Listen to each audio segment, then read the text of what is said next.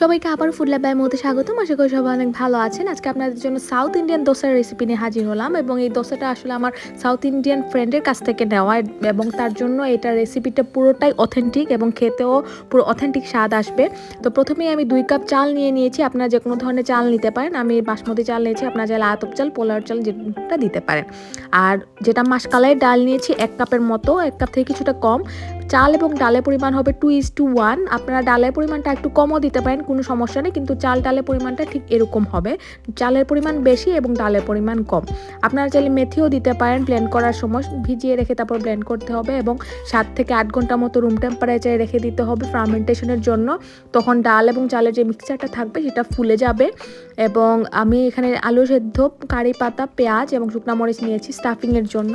আমি অল্প তেলের মধ্যে কারি পাতা দিয়ে দিলাম। কারি পাতা ছাড়া আসলে সাউথ ইন্ডিয়ানরা কোনো তরকারি রান্না করে না, তার জন্য আমি কারি পাতা দিলাম ফ্লেভারটা ভালো আসার জন্য।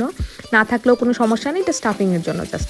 তো প্রথমে আমি এটা সব কিছু ভেজে নিচ্ছি। নেওয়ার পরে আমি সেদ্ধ করে রাখা আলু দিয়ে দিব, অল্প একটু লবণ পরিমাণ মতো, জিরার গুঁড়া অল্প এবং অল্প একটু হলুদের গুঁড়া কালারের জন্য।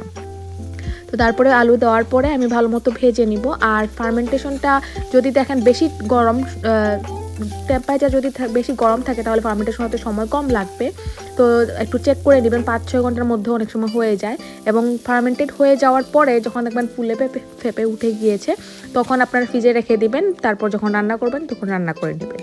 তো এখন এই যে আলুটা আমি রেডি করে নিলাম ভেতরে দেওয়ার জন্য, আপনারা চাইলে শুধু করতে পারেন, এটা কোনো সমস্যা নেই, তবে আমার স্টাফিং দেওয়াটা ভালো লাগে।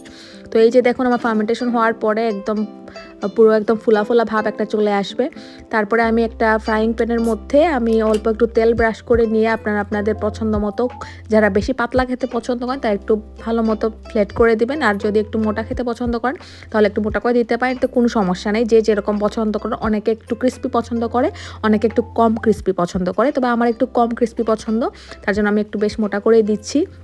এবং যখন এক সাইডটা হয়ে যাবে, উঠে উঠে চলে আসবে, তখন আমি আলুগুলো দিয়ে দিলাম। এবং আপনারা একটু বেশি ব্রাউন করতে পারেন, গোল্ডেন কালার করতে পারেন, যে যেরকম পছন্দ করেন। তো আমি একটু গোল্ডেন কালার করে নিব, তারপরে আমি উল্টে দিব। এবং এটা আপনি উঠে চলে আসে, কারণ যখন ফ্রাইং প্যানে রান্না করবেন তখন আপনি চলে আসবে। তো এই যে আমি এখন উল্টে পাল্টে দিলাম এবং এভাবে করেই আমি সব কিছু বানিয়ে নিব।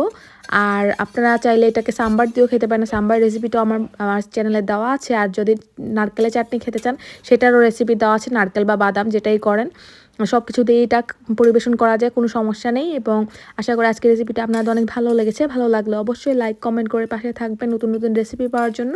ধন্যবাদ সবাইকে।